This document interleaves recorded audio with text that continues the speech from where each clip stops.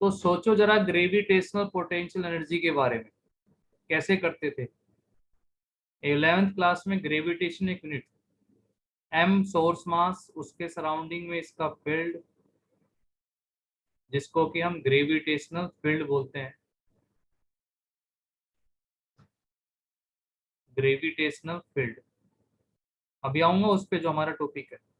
इसके फील्ड में, फील्ड से बाहर इसके लिए क्या है, इन्फिनिटी है, फील्ड से बाहर होते ही। अब अगर हम यहाँ पर एक टेस्ट मास को इसकी तरफ लेके आए, एम नोट टेस्ट मास, यूनिट मास, ठीक है।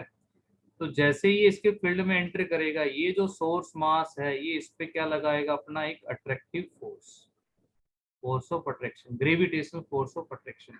लेकिन डेफिनेशन जरा याद करो पोटेंशियल की, या इसमें पोटेंशियल एनर्जी की। हम कहते थे the amount of work done to bring a test mass from infinite to, मान लो ये कोई पॉइंट पी है इस फील्ड के अंदर, लेकिन विदाउट एक्सेलरेशन, याद होगा। तो ये अगर अट्रैक्टिव फोर्स लगा रहा है इधर, ठीक है, तो हमें उस फोर्स को बैलेंस करने के लिए बाहर से क्या लगाना पड़ेगा, ऐसे एक रिपल्सिव एक्सटर्नल फोर्स, इसको मैं लिख सकता हूँ, उसको बैलेंस करने के लिए, ताकि जो नेट फोर्स है वो जीरो रहे और एक्सेलरेशन कितनी आए यहाँ पर, जीरो आए।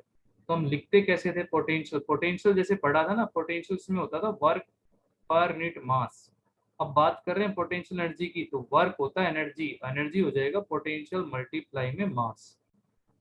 पोटेंशियल किसका, सोर्स चार्ज का, सोर्स चार्ज का पोटेंशियल कितना होता था, माइनस जी एम, डेरिवेशन किया था हमने इसका। आर अगर ये डिस्टेंस है तो आर, और मल्टीप्लाई में एम नोट। ये नेगेटिव क्यों आता था, बिकॉज यहाँ अट्रैक्टिव फोर्स है। तो पोटेंशियल एनर्जी अगर नेगेटिव में है तो वो इंडिकेट करती है कि फोर्स का कैसा नेचर है, अट्रैक्टिव फोर्स है। ठीक है भाई, ये बात हमारी 11th क्लास से रिलेटेड।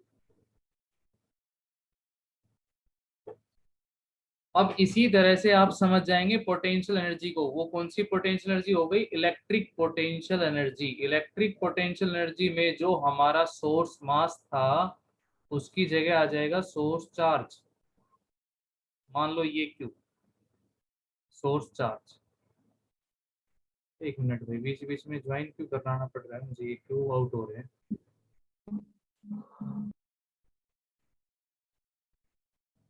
चलो देखो, तो मैं यहाँ पर समझा रहा हूँ अब तुम्हारे को इलेक्ट्रिक पोटेंशियल एनर्जी का कंसेप्ट। तो ये चार्ज है, चार्ज के चारों तरफ क्या मिलेगा, इसका एक इम्पैक्ट, इसको हम बोलेंगे इलेक्ट्रिक फील्ड। जहां तक ये दूसरे चार्ज पे क्या लगा सकता है, अपना फोर्स। फील्ड में अलग अलग पॉइंट पे अलग अलग पोटेंशियल। मान लो ये पी पॉइंट है at distance R from source charge, इसको हम सोर्स चार्ज बोल ही रहे हैं। इन्फिनिटी से कोई भी टेस्ट चार्ज को या कोई गिवन चार्ज ले लो, ठीक है। मुझे एक छोटी सी बात बताओ, ये मान लो कोई भी चार्ज है क्यू, इसको ना मैं यहाँ तक लेके आया, पी पॉइंट तक तो लेके आया, ये भी प्लस है। मुझे एक छोटा सा जवाब इतना सा दे दो कि इस पी पॉइंट पे स्मॉल क्यू को रोकने के लिए, होल्ड करने के लिए मुझे बाहर से एनर्जी लगानी पड़ रही होगी या नहीं पड़ेगी, एनर्जी की रिक्वायरमेंट है या नहीं, यस या नो में, या तो नहीं है या है बस। उस चार्ज को पी पॉइंट पे रोकने के लिए मुझे एनर्जी की रिक्वायरमेंट है या नहीं है, स्मॉल क्यू को यहाँ पर होल्ड करने के लिए। यस बिल्कुल ठीक है। To hold a charge Q at point P in electric field of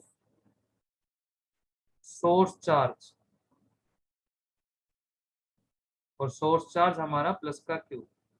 to hold a charge Q, small Q at point P in electric field of source charge plus Q, we required, we required an energy. और उसी energy को called, क्या बोलेंगे यहाँ पर, electric potential energy, short में लिख रहा हूँ ईपी। क्या होगा अगर यहाँ पर आप उस चार्ज को छोड़ देंगे, उस क्यू को यहाँ फ्री कर दिया, तो ये जो प्लस का क्यू है ना सोर्स, ये उसको फिर वहीं पहुंचा देगा फ्री करते ही। तो बात समझ में आ रही है? तो यहाँ पर एनर्जी की रिक्वायरमेंट थी। मैं कह रहा हूँ कि अगर आप इस चार्ज को यहाँ पर लाके और फ्री कर देते हैं तो ये फिर से उसको वहीं पहुंचा देगा। तो उसको होल्ड करने के लिए एनर्जी की रिक्वायरमेंट सिंपली मैकेनिकली, आप किसी भी ऑब्जेक्ट को ग्राउंड सरफेस से ऊपर उठाते हैं, होल्ड करने के लिए एनर्जी लगा रखी है, वो एनर्जी उसके अंदर स्टोर है, उस एनर्जी को क्या बोलते हैं? Gravitational potential energy. ऐसे ही जब ये चार्ज यहाँ आ जाएगा तो इसमें एनर्जी स्टोर होगी, और वो कौन सी एनर्जी स्टोर होगी? Electric potential energy. बेसिक सीख लो, क्वेश्चन करने हैं तो इसको बोलेंगे इलेक्ट्रिक पोटेंशियल एनर्जी। तो डेफिनेशन क्या बना देंगे, डिफाइन करना हो तो the amount of work done the amount of work done to bring a given charge, test charge मत बोलो, कोई भी चार्ज हो सकता है, given charge from infinity to point P, कोई भी पॉइंट हो यहाँ in electric field, the amount of work done to bring a given charge, यहाँ पे क्यू है हमारा given charge, from infinity to point P without acceleration, ये हमने रखना ही रखना, विदाउट एक्सेलरेशन अंडरलाइन। अब देखिए पोटेंशियल को आप क्या लिख के आए हैं, वर्क डन पर यूनिट टेस्ट चार्ज, ये लिख के आए हैं ना। बट यहाँ पर टेस्ट चार्ज नहीं आ रहा है हमारा, फील्ड के अंदर कौन सा चार्ज आ रहा है? कोई भी स्मॉल क्यू चार्ज आ रहा है। तो वर्क को क्या लिखेंगे यहाँ से? पोटेंशियल मल्टीप्लाई में चार्ज। वर्क को क्या लिखेंगे? पोटेंशियल मल्टीप्लाई में चार्ज। पोटेंशियल किसका होगा? रुके हुए का। याद रखना, अब जो मैं लाइन बोल रहा हूँ इसको ध्यान से सुन लेना, क्वेश्चंस करने के लिए बड़ी काम आएगी। ये जो V है इसको लिख रहा हूं मैं potential of source charge. Source charge हमारा स्टेशनरी होगा, रुका हुआ होगा, और मल्टीप्लाई में जो ये हमने मल्टीप्लाई किया है ये कौन सा है? मूविंग चार्ज, जिसको हम लेके आए हैं। ऐसे याद रख लो, इसको याद रखने का आसान तरीका है, रुके हुए का पोटेंशियल मल्टीप्लाई में moving charge is called potential energy of moving charge. अब V तो हमें पता है, निकालना आता है। V कितना हो जाएगा यहाँ पर? इस चार्ज का V, सोर्स चार्ज का V इस पॉइंट P के ऊपर, जो कि कितना? K और कैपिटल Q अपॉन में R मल्टीप्लाई में स्मॉल q। याद रखना इस फॉर्मूले को, KQ अपॉन में R पोटेंशियल एनर्जी। ठीक है, अब इस पे भी मैं स्टार्ट किया है, अभी बातें बहुत सारी करनी है इसके ऊपर, बहुत कुछ समझाना है। पोटेंशियल एनर्जी ये होती है भाई, तो मैं एक बार फिर से रिपीट कर दूं कि हम एक सोर्स चार्ज के फील्ड के अंदर, ये जो हमारा सोर्स चार्ज है इसके फील्ड के अंदर मैं कोई भी गिवन चार्ज को लेके आऊं और यहाँ रखूं, तो छोड़ते ही वापस चला जाएगा। तो अगर मुझे इसको यहाँ रखना है तो मुझे एक एनर्जी लगानी पड़ेगी इस पर रोकने के लिए। जैसे कि सिंपली मैंने बताया तुम्हें कि आप किसी भी ऑब्जेक्ट को अर्थ सरफेस से ऊपर उठाते हो तो उसको रोकने के लिए एनर्जी आपने लगा रखी है, वही एनर्जी उसमें स्टोर्ड है। उसको जैसे ही छोड़ दोगे तो वो पोटेंशियल किस में बदल जाती है? काइनेटिक एनर्जी में। सही, यहाँ पर भी होता है। ठीक है भाई, इतनी सी बात बताइए, कोई मुश्किल नहीं है इसके अंदर। लिखने का तरीका ये बताया मैथमेटिकली, वर्क पोटेंशियल मल्टीप्लाई में क्या होता है? चार्ज। ये पोटेंशियल रहा V, ये मल्टीप्लाई में मूविंग चार्ज। अब देखो जरा, ये सोर्स चार्ज अगर प्लस का होता तो हम प्लस में लिख रहे हैं, सोर्स चार्ज अगर प्लस में है तो ये मैं पॉइंट लिखवा भी देता हूँ। अब जो मैं पॉइंट बताऊँ उसको नोट डाल के लिख रहा हूँ यहाँ पर, बड़े इंपॉर्टेंट पॉइंट है वो, ध्यान से सुनना। नोट, पहला पॉइंट तो इलेक्ट्रिक पोटेंशियल एनर्जी एक कंजर्वेटिव फोर्स के लिए ही होगी, कंजर्वेटिव फोर्स की ही होगी। मैं इस पे फोर्स डाल रहा हूँ, कंजर्वेटिव फोर्स की ही पोटेंशियल एनर्जी होती है। जैसे एग्जाम्पल याद करो, ग्रेविटेशनल पोटेंशियल एनर्जी MGH लिखते थे या और उसको सेंटर से लिखते थे। तो हमारा जो ग्रेविटेशनल फोर्स होता है ग्रेविटेशनल फोर्स, वो कौन सा फोर्स होता है? Conservative force. और ले लो एग्जांपल, इलास्टिक पोटेंशियल एनर्जी। क्या दिक्कत हो रही है? क्या करूं आर्यन? डबल ए का मतलब क्या है?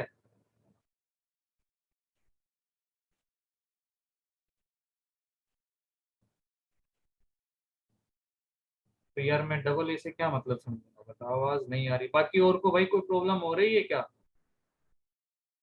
अरे कोई नेटवर्क नो कनेक्टिविटी। सर। सबको आवाज जा रही है, ठीक है आर्यन। एक तो तू लेट आया है, दूसरा चेक कर दोबारा से, कनेक्शन लीव करके दोबारा एंटर करके देख। Elastic potential energy, elastic potential energy spring के केस में याद करो। इलास्टिक पोटेंशियल एनर्जी, याद करने की क्षमता, पावर खत्म हो चुकी है। इलास्टिक पोटेंशियल एनर्जी स्प्रिंग, ठीक है, हाफ के एक्स स्क्वायर होती थी इसमें। तो यहाँ पर किसके अगेंस्ट होती थी? रेस्टोरिंग। अरे एनर्जी हमेशा किसी फोर्स के अगेंस्ट ही होती है, ये ध्यान में रखो।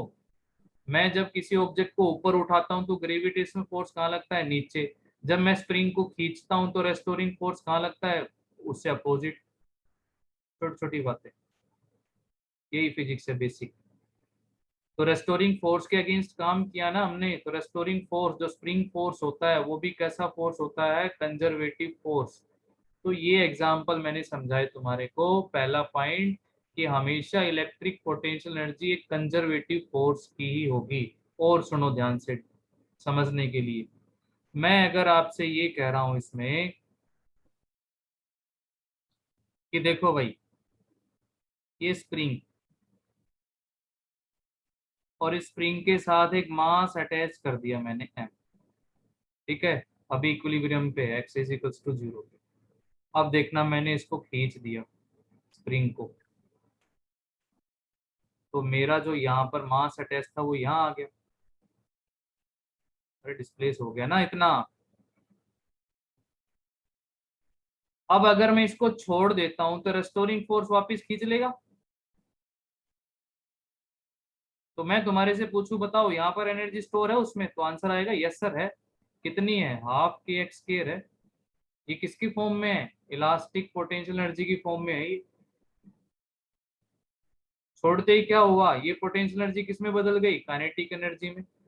चलो ठीक है, बहुत अच्छी बात है, ये तो समझ में आ गया। लेकिन अगर मैं तुम्हें ये कहूँ कि ये कोई एक ऑब्जेक्ट है, ठीक है, रफ सरफेस है ये,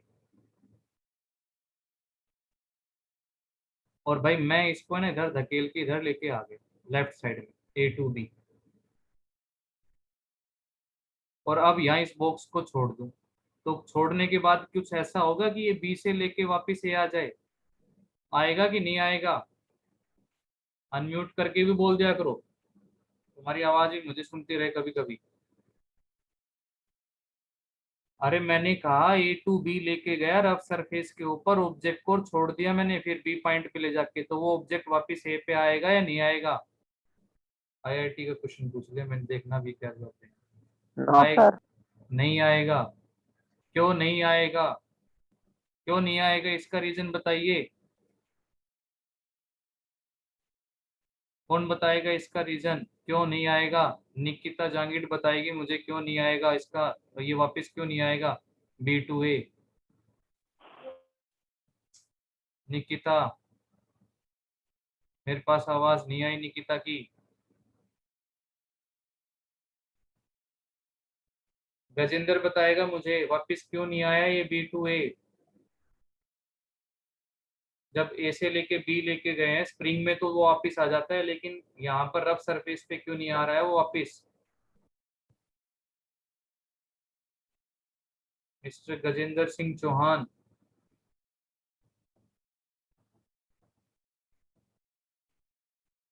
कवित,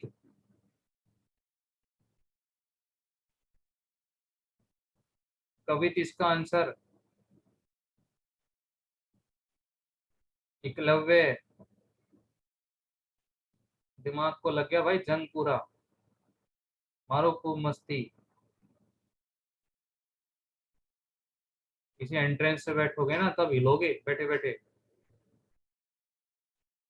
भूमिका यादव, इसको तो बेचारे को कुछ मत बोलो, आज दीदी का जन्मदिन है, आज रहने को। भूमिका यादव, भूमिका पता है तो बता।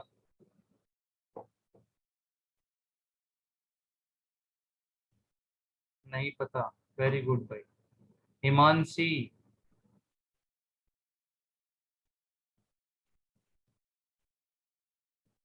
कोई नहीं बताएगा।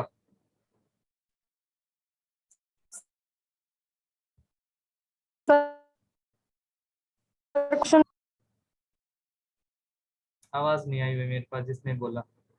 यार कभी मैंने क्वेश्चन पूछा है कि ए टू बी लेके गया हूं मैं यहाँ रफ सरफेस के ऊपर किसी ऑब्जेक्ट को, तो बी पॉइंट पे छोड़ देता हूँ, रिलीज कर देता हूँ, तो वो ए पॉइंट पे वापस क्यों नहीं आता है, जबकि स्प्रिंग में तो आ जाता है वो वापस। इतना सा क्वेश्चन है। ठीक है निकिता, क्योंकि यहाँ पर जो हमने वर्क किया है ना वो फ्रिक्शन के अगेंस्ट किया है, फ्रिक्शन। और फ्रिक्शन कंजर्वेटिव फोर्स नहीं होता है। जो फ्रिक्शन होता है वो कैसा फोर्स होता है, नॉन कंजर्वेटिव फोर्स। तो ये सारी कहानी, ये जितनी भी मैंने बताई तुम्हारे को, ये पूरा ये सारे एग्जांपल, ये इसीलिए एक ही पॉइंट को डिस्कस करने के लिए कि पोटेंशियल एनर्जी हमेशा कैसे फोर्स की मिलेगी, कंजर्वेटिव फोर्स की ही मिलेगी। नॉन कंजर्वेटिव फोर्स की पोटेंशियल एनर्जी नहीं होती है। आया समझ में? पोटेंशियल एनर्जी होती क्या है, किसके लिए होती है पोटेंशियल एनर्जी, और क्यों होती है पोटेंशियल एनर्जी।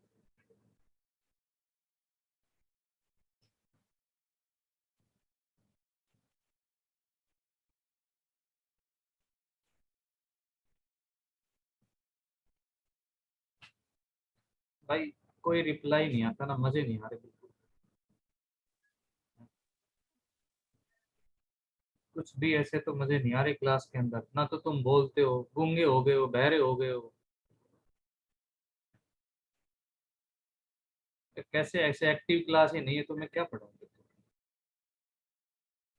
फिर बता देता हूँ ऊपर मोटा मोटा जो किताब में लिखा हुआ है, बस फिर काम चल जाएगा तुझसे। अरे समझ में आया कि नहीं आया, वाई और एन एक ही तो लेटर लिखना है।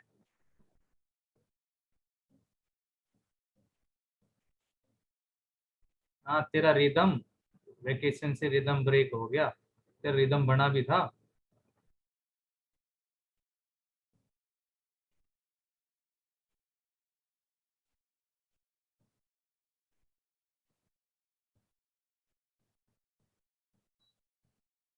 तो आदत होगी तुम्हें वेकेशन की भाई, पिछले साल और ये साल भी। बहुत भारी प्रॉब्लम में आने वाले हो भाई। मैं तो ये कह रहा हूँ कि फ्यूचर खराब कर रहे हो बस, और कुछ नहीं है जब नहीं पढ़ रहे हो तो। कोई मार्कशीट में ये नहीं आएगा कि ये उस बैच में था इसलिए इनको रिलैक्स दे, तो कुछ रिलैक्स नहीं मिलने वाला।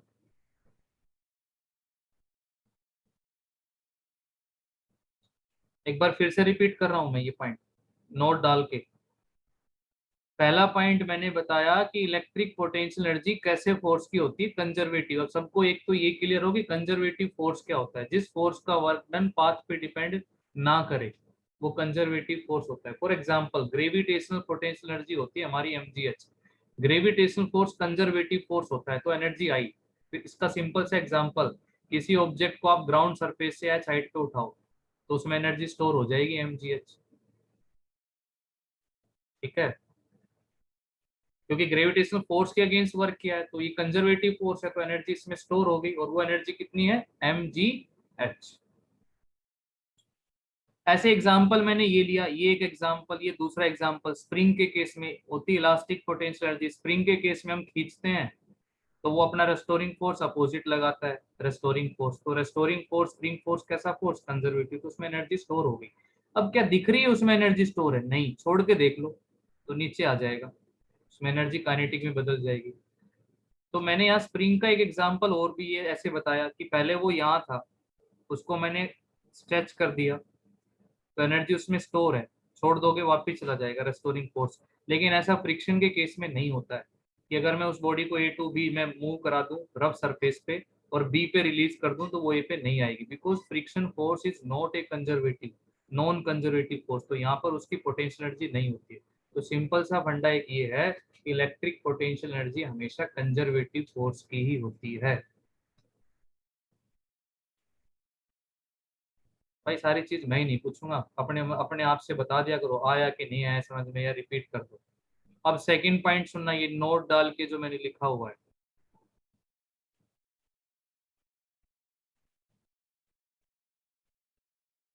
बहुत अच्छी बात है मुस्कान, मैंने आज ही क्लास ज्वाइन की है, तो कौन सा चैप्टर पढ़ा रहे हो, वेरी गुड।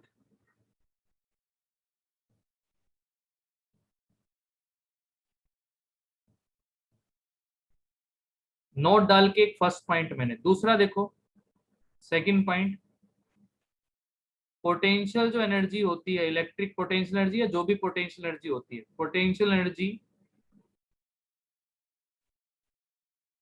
एक सिस्टम ऑफ चार्ज की होती है, सिस्टम ऑफ पार्टिकल्स की होती है। तो मुस्कान ये समझ ले कि कल के बाद ये वाली पहली क्लास हो रही है, इसमें पोटेंशियल एनर्जी को ही मैंने लिखा हुआ है। अब तूने स्टार्टिंग से अगर बिल्कुल जब क्लास मैंने स्टार्ट की यहाँ से अटेंड किया तो यही लिखा है, इलेक्ट्रिक पोटेंशियल एनर्जी आज का टॉपिक।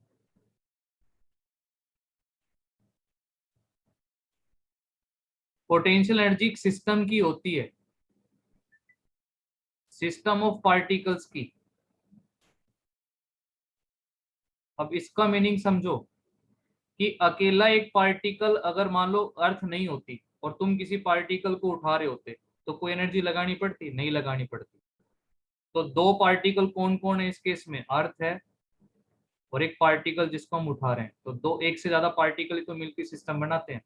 अब मान लो ये अकेला चार्ज है क्यों, और कोई चार्ज है ही नहीं, फील्ड है ही नहीं, तो उसको मैं चला रहा हूँ, क्या कोई एनर्जी लगानी पड़ेगी, कोई नहीं लगानी पड़ेगी। लेकिन जैसे सोर्स चार्ज आएगा तो मुझे एनर्जी लगानी पड़ेगी। तो इसका मतलब ये है कि जो पोटेंशियल एनर्जी होती है वो सिस्टम ऑफ पार्टिकल की होती है। दूसरा पॉइंट, आइसोलेटेड पार्टिकल के लिए पोटेंशियल एनर्जी नहीं होती है। फिर से रिपीट कर रहा हूँ, अर्थ नहीं होती, अर्थ का ग्रेविटेशन फोर्स नहीं होता, तो किसी ऑब्जेक्ट को उठाने के लिए एनर्जी नहीं लगानी पड़ती। ठीक है। ऐसे यहाँ पर अगर सोर्स चार्ज नहीं होगा और मैं स्मॉल चार्ज को मूव करा रहा हूँ कराऊंगा, तो यहाँ पर कोई एनर्जी लगानी नहीं पड़ेगी। लेकिन सोर्स चार्ज के होने से इस पॉजिटिव रिपल्सिव फोर्स के अगेंस्ट मुझे एक एक्स्ट्रा वर्क करना पड़ रहा है, एक्सटर्नल फोर्स लगाना पड़ रहा है। एंड लास्ट, इसमें एक इंपॉर्टेंट पॉइंट तीसरा नोट में, कि जब भी ग्रेविटेशनल या कोई भी पोटेंशियल एनर्जी प्लस के साइन में आ रही होगी, तो मतलब कैसा फोर्स होगा, रिपल्सिव फोर्स होगा। और अगर ये पोटेंशियल एनर्जी नेगेटिव में होगी तो कैसा फोर्स होगा, अट्रैक्टिव फोर्स होगा।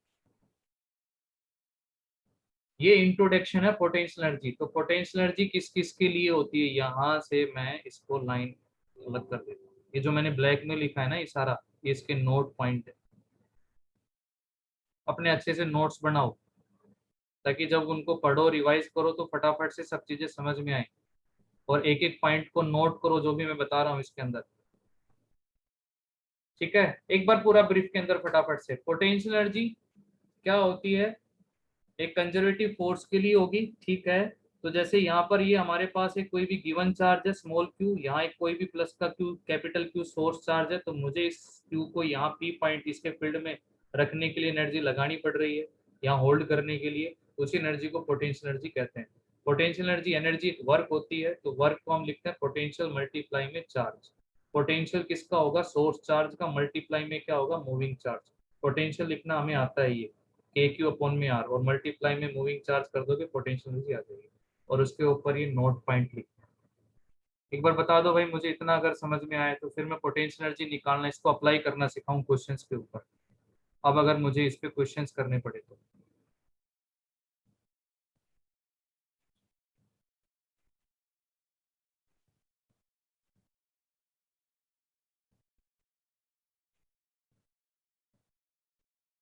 चेतन हिमांशी, ठीक है, यस सर, आ गया समझ में। चलो देखो एक दो क्वेश्चन देख लो, अगर हमें निकालनी पड़े पोटेंशियल एनर्जी। देखिए पहला क्वेश्चन इसमें, और इसको टॉपिक पे ले लेते हैं ना, ये सिस्टम ऑफ चार्जेस की तो बात कर रहे हैं, ये टॉपिक ही ले लो पहले, potential energy of A system of charges, system of charges. इसमें पहला पॉइंट, एक सिस्टम में 2 पॉइंट चार्जेस हैं, 2 पॉइंट चार्जेस, 2 चार्जेस के लिए, फिर n पॉइंट चार्जेस के लिए बात करेंगे। अब मान लो कि एक पॉइंट चार्ज ये है Q1 और इससे इन्फिनिटी पे कोई दूसरा चार्ज रखा है Q2। ठीक है, इसके फील्ड में कोई पॉइंट है P, इन्फिनिटी से मैं Q2 को लेके आ रहा हूँ इस P पॉइंट तक, तो मुझे वर्क करना पड़ेगा, यस डेफिनेट करना पड़ेगा, क्योंकि मैं इस Q1 के फील्ड में आ रहा हूँ। यार डिस्टेंस, तो पोटेंशियल एनर्जी कितनी हो जाएगी, क्या लिखा है, लिखेंगे, बताया मैंने तुम्हारे को, पोटेंशियल और स्टेशनरी चार्ज मल्टीप्लाई में मूविंग चार्ज, मूविंग चार्ज मेरा कितना है Q2 है, तो V इंटू में Q2 करते हैं।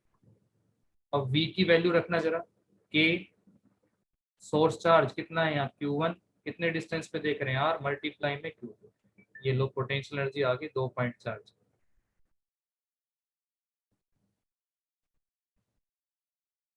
मिस्टर आर्यन अपनी वीडियो ऑफ कर लीजिए।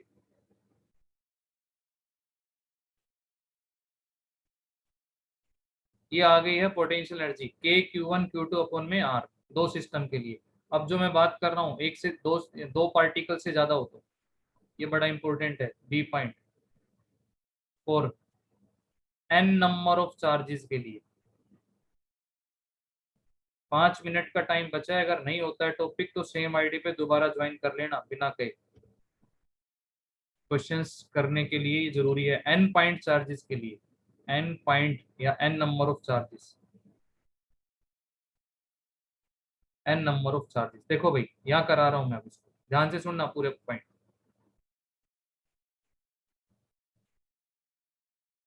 ये मेरे पास कोई भी एक पॉइंट P है और इस P से सब इन्फिनिटी पे है, Q1 एक चार्ज है, Q2 एक चार्ज है, Q3 एक चार्ज है, n पॉइंट चार्ज है, सारे दूर दूर हैं, मतलब Q1 Q2 Q3 से जो पॉइंट है ना इन्फिनिटी पे,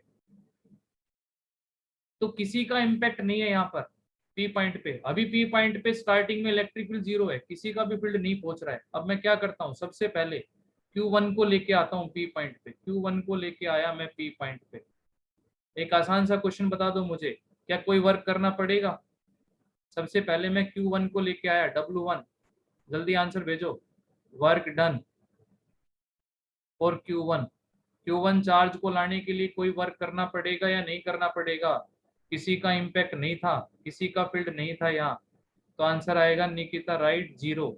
तो पहला वर्क 0, ध्यान से समझ लो, सबसे पहले मैं Q1 को लेके आया तब कोई भी नहीं था वहां पर, तो आंसर आ गया 0, 0 वर्क। ठीक है कशिश राव, तो यहाँ पर अब Q1 आ गया है, लेकिन अब भाई मैं Q2 को लेके जा रहा हूँ इसकी तरफ, अब तो वर्क मुझे करना पड़ेगा। मान लो मैं इस पॉइंट पे लेके आया, लेकिन वहां Q1 ऑलरेडी था, ये डिस्टेंस आप यहाँ लेके आए हैं Q2 को, इस डिस्टेंस को क्या लिख लो, 1 और 2 के बीच में R12, तो अब मुझे वर्क करना पड़ेगा, तो W2 हो जाएगा work done for Q2 against electric field of Q1। Q1 के फील्ड के अगेंस्ट मुझे काम करना पड़ा, तो कितना करना पड़ा, उसको होल्ड रखने के लिए यहाँ एनर्जी लगानी पड़ रही होगी ना, कितनी, के रुका हुआ कौन है पहले से वहां पर, Q1 divide by R12 multiply किसको लेके आया मैं, Q2 को, ये मेरा दूसरा वर्क, ये पहला वर्क तो 0। तीसरा देखो, अब यहाँ पर कौन आ चुका है, Q2 भी आ गया है, और Q1 तो आ ही लिया था पहले। अब मैं लेके आ रहा हूँ Q3 को, यहाँ लेके आया, मान लो ये जो Q3 है ना दोनों के फील्ड में पहुंच गया, Q2 के फील्ड में भी पहुंच गया और Q1 के फील्ड में भी पहुंच गया। तो 1 और 3 का डिस्टेंस लिख लो R13 से, 2 और 3 का लिख लो R23 से, तो दोनों का फील्ड, तो W3 हो जाएगा मेरा work done for Q3 against electric field, दो चार्ज का electric field of Q1 and Q2, दोनों वहां पर मौजूद हैं पहले से, Q1 और Q2। जब मैं Q3 को लेके जा रहा हूँ तो मुझे इसके अगेंस्ट भी वर्क करना पड़ा और इसके अगेंस्ट भी वर्क करना पड़ा। अब उस वर्क को कैसे लिखेंगे, देखिए दो रुके हुए थे पहले से Q1 और Q2, तो ले लो दोनों का पोटेंशियल, रुके हुए का सभी का पोटेंशियल, तो पहले का लिखूंगा के Q1, तो डिस्टेंस बन रहा है R13 का,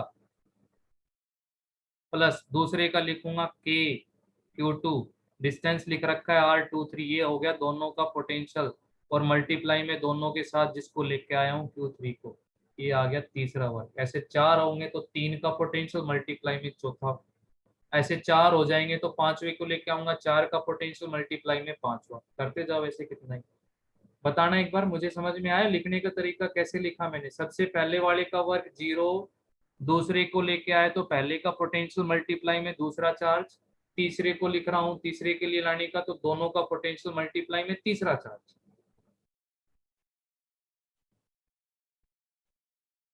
ठीक है, अब क्वेश्चंस कर पाओगे तुम, बहुत सारे क्वेश्चंस है करने के लिए प्रैक्टिस। मल्टीप्लाई कर लो इनकी, KQ1 Q3 R13 plus KQ2 Q3 R23, ये लिख लिया मैंने इस W3 को।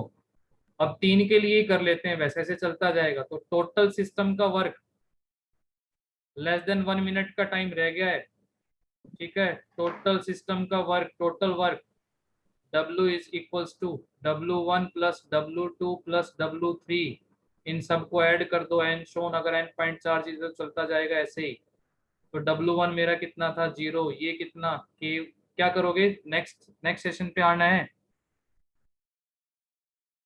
अगले सेशन पे आना है। 5-10 मिनट लूंगा, ज्यादा नहीं लूंगा, टॉपिक पूरा हो जाएगा। वैसे उससे ये है सर, जब स्क्वायर पर रखा है तो पहले का भी अफेक्ट होगा, तो उसको कैसे सोल्व करेंगे। पहले का अफेक्ट ले तो लिया मैंने, कहाँ पर स्क्वायर पे, कभी पहले का अफेक्ट ले तो लिया मैंने, पहला रखा तो है यहाँ। दूसरा वर्ग जो लिख रहा हूँ मैं Q1 का अफेक्ट ले तो रहा हूँ, ये Q1 का पोटेंशियल लिख दिया, और जब दोनों आ गए तो दोनों का पोटेंशियल ले लिया मैंने, मल्टीप्लाई में तीसरा रख दिया।